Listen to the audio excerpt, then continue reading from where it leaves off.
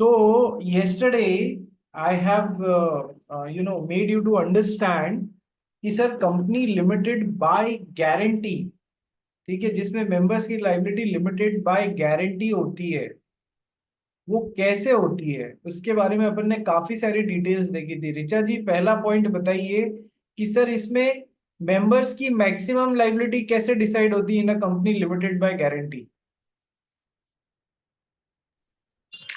Shares कितना contribute करते हैं, कितना इन्वेस्टमेंट करते हैं उस पे। शेयर्स कितने कंट्रीब्यूट करते हैं कंपनी लिमिटेड बाय गारंटी में? जरूरी है क्या शेयर्स हो भी सकते हैं, नहीं भी हो सकते हैं। हम्म। हाँ। हो भी सकते हैं, नहीं भी हो सकते। तो आप तो कह रहे हो कि सर जितने शेयर्स का कंट्रीब्यूट कर रहे हैं उतना।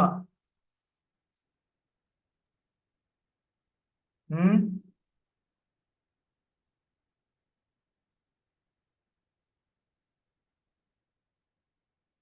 You feel you are answering right?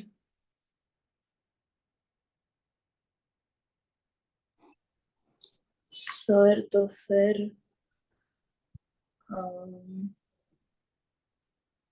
प्रेषा ji आप हाँ। बताओ, how is the maximum liability of a member of a company limited by guarantee is decided?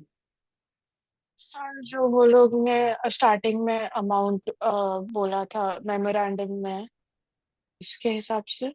Memorandum में कंट्रीब्यूशन, वर्ड क्या आना चाहिए? कंट्रीब्यूशन। जितना उन्होंने, नॉट एग्जैक्टली कंट्रीब्यूशन, जितना उन्होंने गारंटी दिया था कि सर जब कंपनी वाइंड अप हो रही होगी उस समय हम 50,000 रुपए, मैं 50,000 रुपए की गारंटी लेता हूं, मैं 1 लाख रुपए की गारंटी लेता हूं। तो sir eight the time of winding up, the amount, the what ever amount of guarantee they have given, तो सर शेयर्स की तो इसमें बात ही नहीं आती है। ठीक है, कहना क्या चाह रहे हैं कि आप जो अपने वर्ड्स यूज कर रहे हैं उनका शब्दों का चयन, choosing the words is very very important in law, कि आप क्या शब्द लिख रहे हो। बात समझ में आ गई? बोलो यस और नो। ठीक है। तो सर कंट्रीब्यूशन नहीं, सॉरी, गारंटी कितने अमाउंट की दी है कि sir eight the time of winding up मेरी गारंटी इतने रुपए की, मेरी गारंटी इतने रुपए की। ठीक है। जश शाह, मुझे ये बता कि ये दो डिफरेंसेस क्या है between a company limited by shares and limited by guarantee.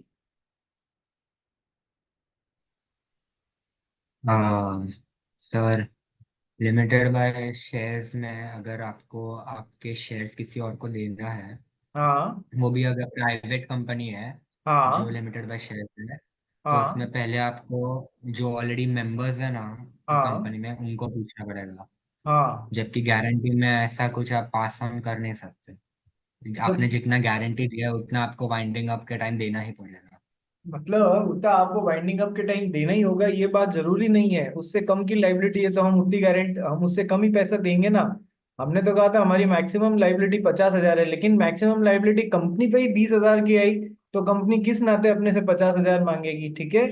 इसलिए तो जो आपने पॉइंट बताया वो ये था कि sir in a company limited by shares, the shares are freely transferable, the membership is freely transferable.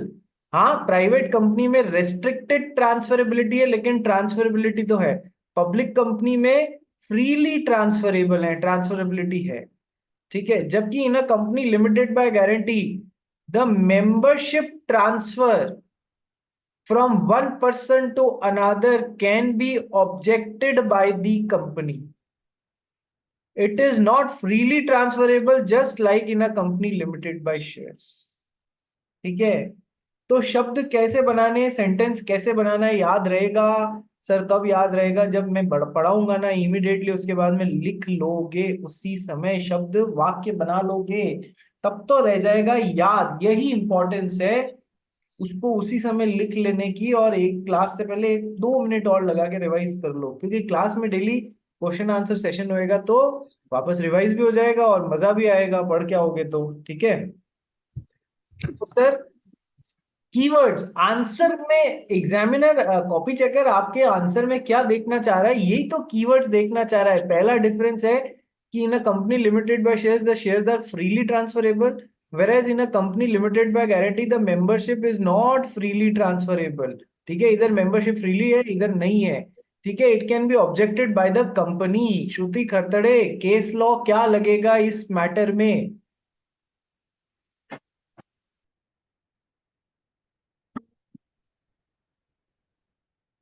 श्रुति खरतड़े, सुनाई ही नहीं दिया मेरे को। हाँ sir, case law Narendra Kumar versus Narendra Kumar versus Suraj Mallu. Surajmal नहीं, सरोज मालू। सरोज मल्लू। ठीक है, एंसल फर्नांडिस। क्या कर रहा था तू? सर मैं बोल के बताने की लिप सिंक से कोशिश कर रहा था कि मैं उसको बता दूं, उसको जरूरत ही नहीं है तेरी सहायता की, जबरदस्ती सहायता करने की कोशिश कर रहा है। हम्म चलो कोई बात नहीं। सो नरेंद्र कुमार वाला केस जो है ना, इधर इसमें मेंशन होना जरूरी है। अच्छा, पहला डिफरेंस क्या है in a company limited by shares and limited by guarantee में? सुहान गोयल बताएगा। सर मतलब वो मीनिंग वाला ना, नहीं, मुझसे पूछ मत, मुझे बता। मतलब कोई भी बोल सकता हो डिफरेंस। हाँ, डिफरेंस बता देना कंपनी लिमिटेड बाय शेयर्स और लिमिटेड बाय गारंटी में। मतलब लिमिटेड बाय शेयर्स में जब कभी ड्यूरिंग ऑपरेशन या वर्किंग या वाइंडिंग अप में भी हम लोग मंगा सकते हैं, मतलब जो अनपेड अमाउंट है मेंबर्स से। पर हाँ, लिमिटेड बाय गारंटी में सिर्फ वाइंडिंग अप पे ही हम लोग कॉल कर सकते हैं ये वो अनपेड लिमिटेड अमाउंट। लाइबिलिटी वाला जो अमाउंट है, ये तो during the company going concern है या फिर वाइंड अप हो रही है, किसी भी टाइम मंगा सकते हो, जबकि ये only at the time of winding up ही मंगाया जा सकता है। ठीक है, ये भी डिफरेंस है। तीसरा एक और डिफरेंस पड़ा था कि सर इधर कैसे कैलकुलेट होता है कि sir unpaid amount on the face value of the share.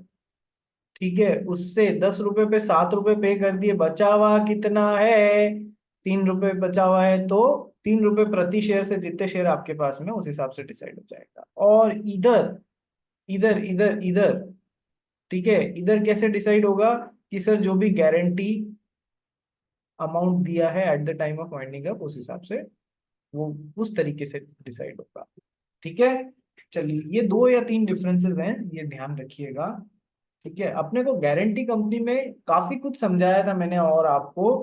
ठीक है, ऐसी गारंटी कंपनी भी हो सकती है, ऐसी गारंटी कंपनी भी हो सकती है which is also having share capital, also having share capital. Sir इसमें शेयर्स भी हो सकते हैं और वो गारंटी कंपनी में हो, तो शेयर वाला काम तो सर सबसे पहले शेयर से ही होगा कि कंपनी को पैसे की जरूरत है तो एग्जिस्टिंग शेयर होल्डर्स से पैसा मांग लेंगे, एग्जिस्टिंग शेयर होल्डर्स से पैसा मांग लेंगे। Even at the time of winding up भी यदि कुछ पैसा बचा हुआ है तो वो पहले शेयर होल्डर्स से ही मांगेंगे। फिर भी यदि पैसा पूरा नहीं पड़ रहा है तो फिर गारंटर की गारंटी इन्वोक करी जाएगी। स्टेप ये होता है, ध्यान रखिएगा। तो ये मेजर मेजर बातें अपन ने देख ली, आइए पढ़ना स्टार्ट करते हैं। कुछ पोर्शन अपन ने पहले पढ़ भी लिया था इसमें से, नरेंद्र कुमार अग्रवाल वर्सेस सरोज मालू वाला। ठीक है, और ये भी पढ़ लिया था कि इस ये गारंटी कंपनीज वो कंपनीज है जिनको इनिशियल वर्किंग कैपिटल की जरूरत बहुत ज्यादा नहीं होती, और होती भी है तो वो कहाँ से अरेंज कर लेती है? सर कोई तरीके की फीस, कोई तरीके का डोनेशन, कोई तरीके के चार्जेस, इस तरीके से वो कर लेती है। बोल भाई दक्ष अग्रवाल। सर ये पॉइंट भी डिफरेंस में डाल सकते हैं? क्या? हाँ डाल सकते हो, बिल्कुल डाल सकते हो।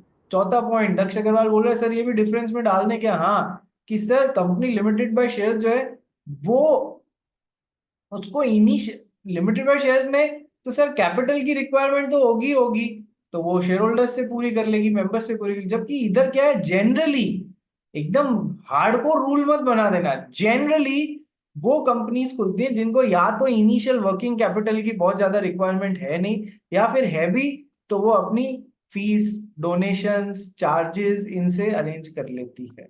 ठीक है जी, ये भी एक पॉइंट हो सकता है, बिल्कुल हो सकता है डिफरेंस का। चलिए नेक्स्ट, नेक्स्ट आइए पढ़ते हैं इसको। Company limited by guarantee. Daksh Agarwal कल कहाँ रह गया था भाई? सर मेरी ताऊजी की एनिवर्सरी थी तो मैं नहीं आ पाया। अच्छा, अब देख। मैंने प्लान किया था लेकिन सर फिर मैं पहुंच नहीं पाया घर टाइम पर। अच्छा, अब देख तेरे को एग्जाम देना है इस साल के अंत में। हाँ सर पता है, वो थोड़ा इनिशियल स्टेजेस पे अटेंड कर लिया, वरना मैं नहीं करूँगा अब से। हाँ, जनरली नहीं तो मैं अब आगे से कोई बोलेगा कल मुझे बाहर जाना है, मुझे यहाँ जाना है, तो मैं वो बोलूंगा बेगानी शादी में अब्दुल्ला दीवाना बन के मत घूमना। आप कोई भी बेगानी शादी में अब्दुल्ला दीवाना, मतलब समझते हो इस कहावत का सब जने या नहीं समझते हो? शादी mister X mister Y mister Z की हो रही है, तुम्हारे को काम कुछ और है, रास्ता कहीं और जाना है, या शादी में जैसे दीवाने नाचते हैं वैसे अब्दुल्ला दीवाना की तरह मत नाचने लग जाना कि अपना टाइम यहाँ लगा दिया। ठीक है, क्योंकि जिसके यहाँ भी अपन जा रहे हैं अपने एग्जाम में आके वो अपने को आंसर नहीं बताने वाला है, ये बात ध्यान रखना भाई। मुझे पता है तुम सब लोग डिसिप्लिन्ड हो, लेकिन जहां डिसिप्लिन टूटता है it is my duty to bring you back on the path, correct path. और फिर भी नहीं आना है तो तुम्हारी इच्छा सब लोगों की। चलिए आ जाइए, पढ़ना स्टार्ट करते हैं। पढ़ भाई दक्ष Agarwal. Yes, sir. Company limited by guarantee. Subsection 21 of Section 2 of Companies Act 2013 defines it as the company having the liability of its members limited by the memorandum of such amount as the members may respectively undertake by the memorandum to contribute to the assets of the company in the event of its being wound up. देख लो कि sir company के memorandum में, sir अपन ने clauses बताए थे मैंने आपको memorandum of association में। हाँ सर, कि सर नेम मतलब नेम क्लॉज होता है, ऑब्जेक्ट क्लॉज होता है, कैपिटल क्लॉज होता है, ऐसे 6 क्लॉजेस होते हैं। शायद अभी तक ये डिस्कस नहीं किए मैंने आपके साथ में। तो सर उसमें सर लाइबिलिटी क्लॉज होता है कि सर कंपनी के मेंबर्स की लाइबिलिटी कैसी होगी? सर लिमिटेड लाइबिलिटी होगी।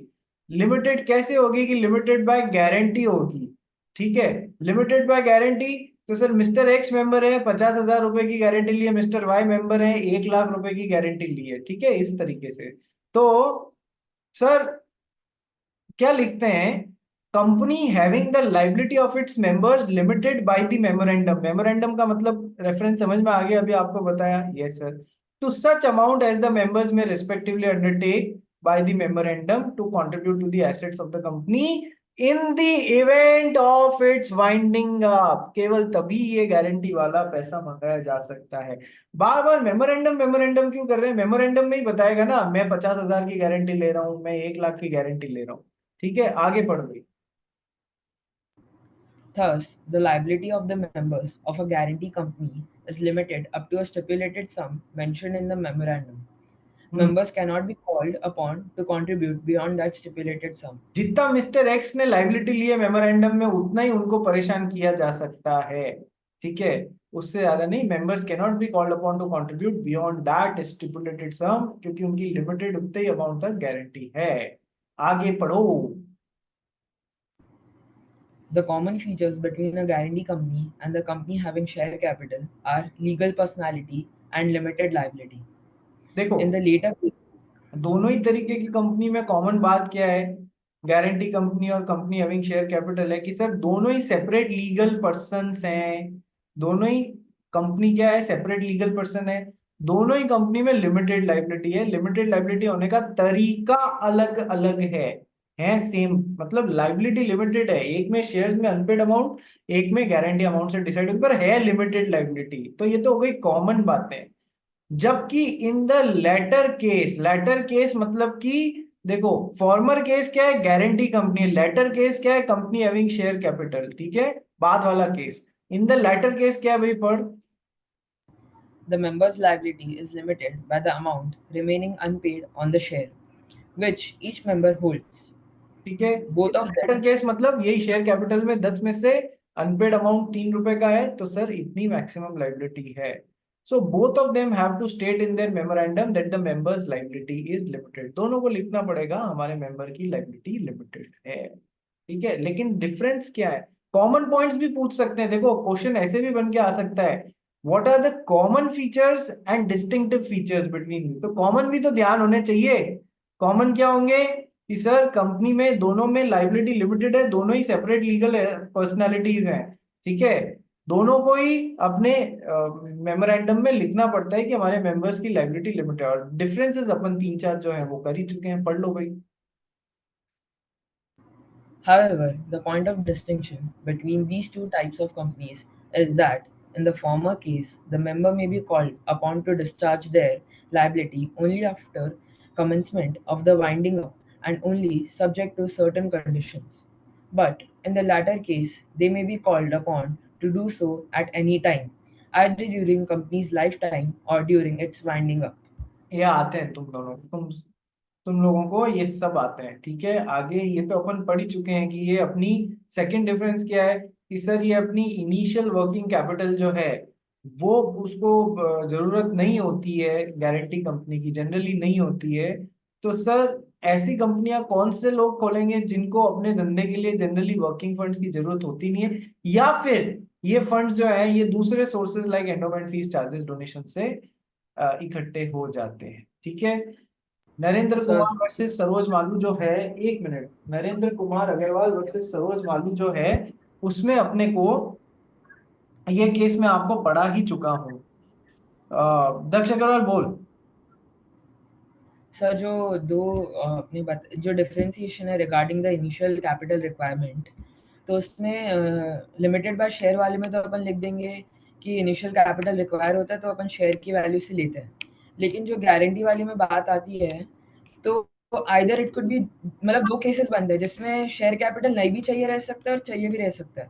हाँ, तो सर डिफरेंशिएशन में तो मुझे दोनों मेंशन करना है कि जनरली लिख के एक वेग सा बता दूं कि कभी कभी हो सकता है। जनरली वाला बहुत है कि जनरली ऐसा लिखना पड़ेगा, जनरली इन लोग को इनिशियल वर्किंग कैपिटल की जरूरत नहीं होती तो ही इसी कंपनी की साइड में जाते हैं, लेकिन यदि होती भी है तो फिर वो कोई और तरीके से अरेंज कर लेते हैं, जैसे कि ये जो 3-4 केस बताए थे ना, एंडोमेंट फीस, चार्जेस, डोनेशंस वगैरह ये सब चीजें, ठीक है, तो इनसे भी अरेंज कर सकता है। और इसके अलावा भी लगता है कि और भी है, तो company limited by guarantee also having share capital.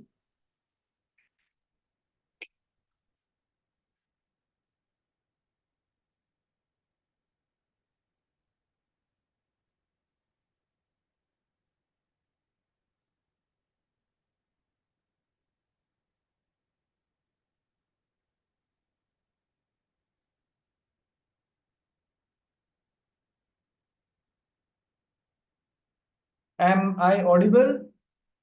बीच में मेरा कनेक्शन लूज हो गया था इंटरनेट का, अभी आप सुन पा रहे हैं मुझे? Yes sir. यस, ठीक है, चलिए। तो ऑल्सो हैविंग शेयर कैपिटल, तो सर कई बार गारंटी कंपनी जो होती है उसमें भी लोग शेयर कैपिटल भी का भी प्रावधान रखते हैं, ठीक है। तो सर चाहिए तो यहाँ से भी कर लेते हैं, कोई दिक्कत ही नहीं है उस केस में, तो best of both the worlds हो जाता है ना, best of both the worlds. तो बहुत ज्यादा इसमें एक्सप्लेन करने को कुछ है नहीं, जो था वो आपको बता दिया गया है। आइए आगे पढ़ते हैं। तो सर हमने टाइप, पहला categorization type of company on the basis of liability of members, ठीक है। तो इसमें क्या था, फर्दर सब दो कैटेगराइजेशन थे, लिमिटेड लाइबिलिटी और अनलिमिटेड लाइबिलिटी। लिमिटेड लाइबिलिटी में लिमिटेड बाय शेयर्स और लिमिटेड बाय गारंटी हो गया था। अब अपन अनलिमिटेड लाइबिलिटी वाला पोर्शन जो है वो करना स्टार्ट करेंगे। अनलिमिटेड कंपनी यानी कि company having unlimited liability of the members. देखो यहाँ चार्ट दिया हुआ है, एक क्या दिया हुआ है सर, चार्ट दिया हुआ है, क्या क्या फीचर्स दें एक बार पढ़ते हैं। There is no limit on the liability of the members. Members की लाइबिलिटी कैसी है कि सर अनलिमिटेड है, कोई लिमिट नहीं है। इसका मतलब समझो क्या बोलना चाह रहे हैं। There is no unlimited liability का मतलब ये नहीं है कि सर कंपनी में 5 लाख रुपए की लाइबिलिटी अनपेड पड़ी है, ठीक है, तो वो आपसे 50 लाख मांग लेंगे क्योंकि आपकी अनलिमिटेड लाइबिलिटी। ना ना ना ना ना, अनलिमिटेड लाइबिलिटी का ये मतलब नहीं होता है। अनलिमिटेड लाइबिलिटी का भी एक लिमिट होती है, क्या, जितनी कंपनी की मैक्सिमम अनपेड लाइबिलिटी है वो सारी की सारी आपसे डिमांड कर सकती है, ये लिमिट है इसकी, इसमें भी लिमिट है, ठीक है, इससे ज्यादा नहीं डिमांड कर सकती। तो unlimited liability means no limit, ठीक है, on the liability of the members. क्या ये इसका एक्चुअल मतलब समझ में आया?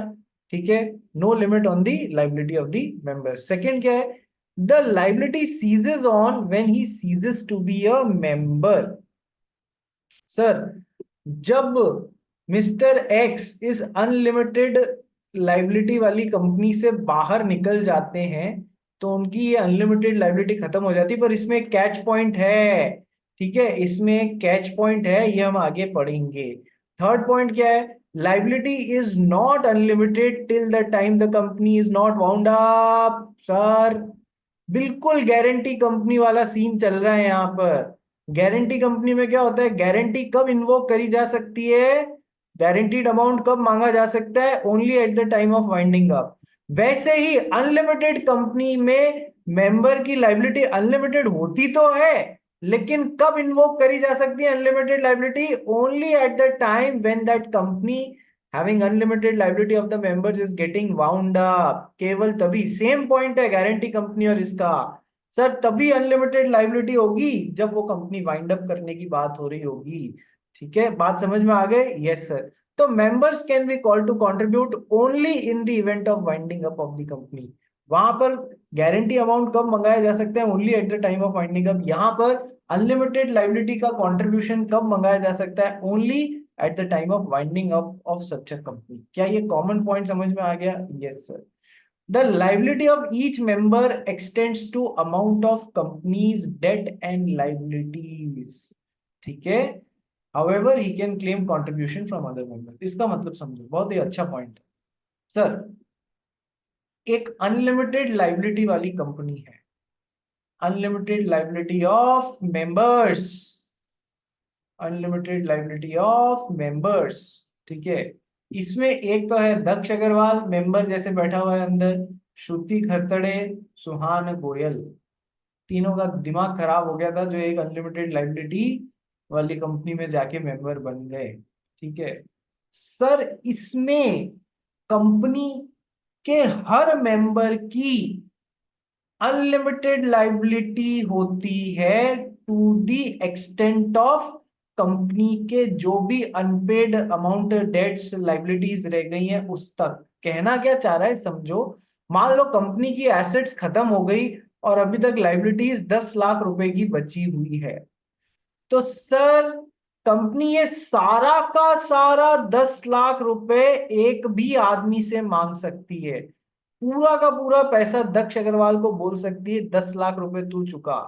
ठीक है, दक्ष अग्रवाल अड़ नहीं सकता है। 10 लाख रुपए, 3 मेंबर है, तीनों 3.33 लाख चुकाएंगे, मेरा हिस्सा केवल 3. मेरी लाइबिलिटी केवल 3.33 लाख की है, इसलिए मैं उतना ही दूंगा। नहीं, ये ऐसा नहीं अड़ सकता। अनलिमिटेड लाइबिलिटी कंपनी में यदि आप मेंबर हो तो हर मेंबर की maximum liability to this extent हो सकती है। अकेले आदमी को भी पूरा पैसा चुकाने को बोला जा सकता है, यानी दक्ष अग्रवाल से भी पूरा 10 लाख रुपए मांगा जा सकता है कंपनी के द्वारा, वो मना नहीं कर सकता है, उसको चुकाना पड़ेगा। श्रुति से भी 10 लाख रुपए मांगा जा सकता है, सुहान गोयल से भी 10 लाख रुपए मांगा जा सकता है।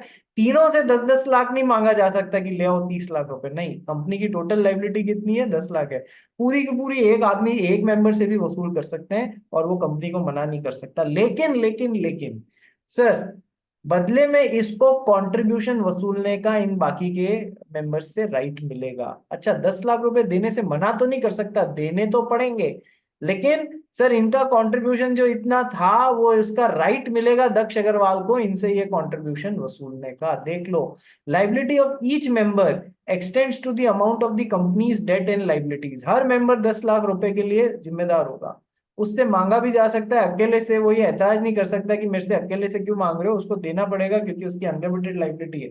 However he can claim contribution from other members. क्या इसकी बात, क्या ये अनलिमिटेड लाइबिलिटी ऑफ मेंबर्स वाली कंपनी समझ में आ गई? बोलिए यस और नो। दक्ष अग्रवाल, कौन, सुहान गोयल? हाँ बोल। सर तो मतलब वो एक जन पे पूरी लाइबिलिटी आ सकती है, तो वो कंट्रीब्यूशन जब मांगने जाए तो दूसरे लोग रिजेक्ट मतलब ये उसको डिनाई कर सकते हैं कि हम लोग को नहीं देना कंट्रीब्यूशन। डिनाई करेंगे तो राइट ऑफ एक्शन है ना, कोर्ट में ले जाके वसूल लेगा।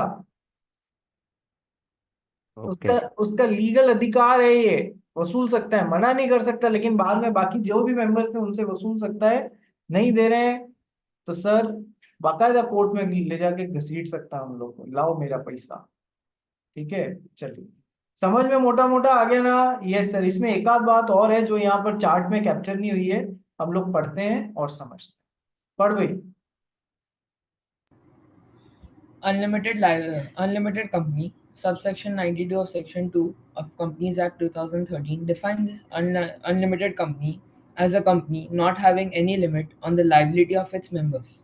ठीक है, In कोई such a लिमिट नहीं है। लिमिट एक्चुअल में क्या है कि कंपनी की मैक्सिमम लायबिलिटी कितनी है, वो उतनी लिमिट तक पैसा मांग सकता है, तो कोई लिमिट नहीं है सर। ठीक है, जो भी है वो लायबिलिटी बची हुई उतना पैसा मांगा जा सकता है। आगे बढ़ गई। In such a company, the liability of a member ceases when he ceases to be a member. तो सर जब वो मेंबरशिप से हट गया, ठीक है, तो फिर उसकी वो लायबिलिटी सीज हो जाएगी। ठीक है, हाँ, फिर काय की लायबिलिटी? आगे बढ़ गई। The liability of each member extends to the whole amount of the company's debts and liabilities, but he will be entitled to claim contribution from other members. ये भी पढ़ लिया अपन ने। आगे। In case the company has share capital, the article of association must state the amount of share capital and the amount of each share.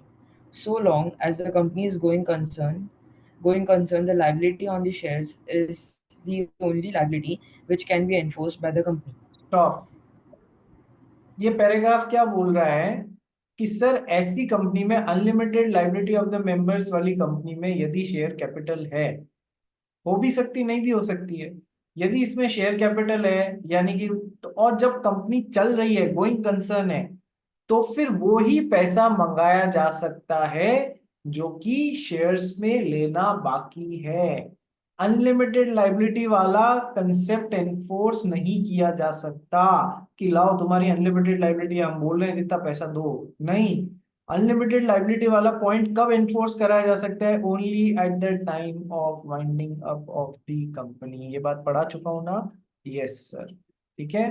The creditors can institute proceedings for winding up of the company for their claims. क्या होता है, जब कोई company से कोई outsider पैसा मांग रहा होता है, क्रेडिटर है ये कंपनी का, और ये कंपनी पैसा चुका ही नहीं पा रही है, तो आउटसाइडर क्या करता है, वो एक एप्लीकेशन फाइल करता है into the company law tribunal या कोर्ट, जिसको बोलते हो आप, कि सर इस कंपनी को वाइंड अप कर दिया जाए, इस कंपनी को वाइंड अप कर दिया जाए, क्योंकि ये हमारे उधार इतने टाइम से पैसे लेके बैठी, उधार चुका ही नहीं रही है, ये चुका ही नहीं सकती, ये काम करने लायक ही नहीं है, इसको वाइंड अप करो और हमको हमारा पैसा दिलवाओ। ठीक है, ये बहुत बड़ा हथियार होता है लोगों के पास में। जो कंपनी उनके पैसे नहीं चुका रही है ना, लीगली प्रूफ है कि हमने इतना माल सप्लाई किया था, हमको इतना पैसा लेना बाकी है, सर जब वो पैसा ढीठ बन जाते हैं, पैसा चुकाते नहीं है, तो इनके पास में अधिकार होता है जाके कोर्ट में केस फाइल कर दे to wind up this company. फिर इसके दिमाग की बत्ती जलती है, कहते हैं कि पूरे एग्जिस्टेंस में खतरा आ गया, चुका दो रे, चुका दो। ठीक है, तो ऐसे बहुत जनों की वो टेढ़ी उंगली से घी नहीं निकलता है, सीधी उंगली से घी नहीं निकलता है, तो उंगली टेढ़ी करनी पड़ती है। बात सुनिए आपने कहावत, तो सीधी उंगली से ये दे नहीं रहे थे, उंगली टेढ़ी करी, तो बहुत सारे लोगों को उनका पैसा मिल जाता है। ठीक है, और फिर भी कंपनी के पास नहीं होता है तो काफी बार नहीं भी मिलता है। ठीक है, तो सर जब क्रेडिटर ने एप्लीकेशन लगा दी, वाइंड अप करो इस कंपनी को, ये पैसा नहीं चुका रही है हमारा, the creditors can institute proceedings. Proceedings मतलब कि उनके खिलाफ केस वेस कर सकते हैं for winding up of the company for their claims. मैं पैसा मांगते हैं, चुका नहीं रहे, आप वाइंड अप करो इस कंपनी को। So the official liquidator may call the members for their contribution towards the liabilities and debts of the company which can be unlimited. Official liquidator कौन होता है रे? मान लो ये कंपनी क्या है, बैंकक्रप्ट हो गई। बैंकक्रप्ट मतलब समझते हो, दिवालिया, दिवालिया हो गई। ठीक है, इंसॉल्वेंट हो गई कंपनी, कुछ भी वर्ड यूज ले लो, बैंकक्रप्ट, इंसॉल्वेंट। तो सर इस कंपनी की के बिहाफ पे एक ऑफिशियल लिक्विडेटर अपॉइंट होगा। ठीक है, वो इस कंपनी को लिक्विडेट करेगा, इस कंपनी की एसेट्स इकट्ठी करेगा, उनको बेचेगा, उनसे पैसा इकट्ठा करेगा, लिक्विडेट करेगा, और उनको जिनके भी लाइबिलिटीज है उनसे चुकाएगा, जितनी भी चुका सकता है वो चुकाएगा। ठीक है, द ऑफिशियल लिक्विडेटर में कॉल द मेंबर्स उस ऑफिशियल लिक्विडेटर के पास में ये राइट होता है कि सर अनलिमिटेड लाइबिलिटी है ना मेंबर्स की, इसकी इसकी इसकी अनलिमिटेड लाइबिलिटी है ना, मंगा लो जितना पैसा मंगाना है। वो राइट किसको हो जाएगा? ऑफिशियल लिक्विडेटर को हो जाएगा, जो इस कंपनी को लिक्विडेट करेगा। ठीक है, उसको राइट होता है कि कंपनी वाइंड अप हो रही है, ये अपना पैसा चुकाना है इसको लोगों के, तो आपकी unlimited liability of the members है, लाओ इतना इतना रुपया लाओ। ठीक है, ये एक को भी बोल सकता है, सबको भी बोल सकता है। एक को पकड़ा है तो वो जिसने पैसा चुकाया है तो वो प्रोपोर्शनेटली बाकी लोगों से अपना धन वसूल सकता है, कंट्रीब्यूशन वसूल सकता है। क्या ये टाइप ऑफ कंपनी समझ में आ गई? Unlimited company, that means company having unlimited liability on the of the members only at the time of winding up। ठीक है, बोलो जी, बात समझ में आ गई? पूरा एक से मंगाया जा सकता है, कंट्रीब्यूशन भी वो क्लेम कर सकता है, यदि एक मेंबर से मंगाया तो वो वापस कंट्रीब्यूशन भी क्लेम कर सकता है। चलिए जी, हो गया, बोलो यस और नो। पहली कैटेगरी आज अपन ने फिनिश कर ली। कौन सी कैटेगरी सर? पहली कैटेगरी, 5 अलग अलग कैटेगरी टाइप्स ऑफ कंपनीज में से पहली, types of companies on the basis of number of members या on the basis of members, कुछ भी बोल लीजिए, on the basis of liability of members, on the basis of number नहीं, on the basis of liability of members अपन ने कर लिया है। अब अपन सेकंड वाला कैटेगराइजेशन चालू करेंगे। On the basis of members का मतलब on the basis of number of members, on the basis of number of members चालू करते हैं। तो उसके लिए एक बार आप लोग एक काम कीजिए, सभी लोग वापस सेम लिंक पे रिज्वाइन कर लीजिए।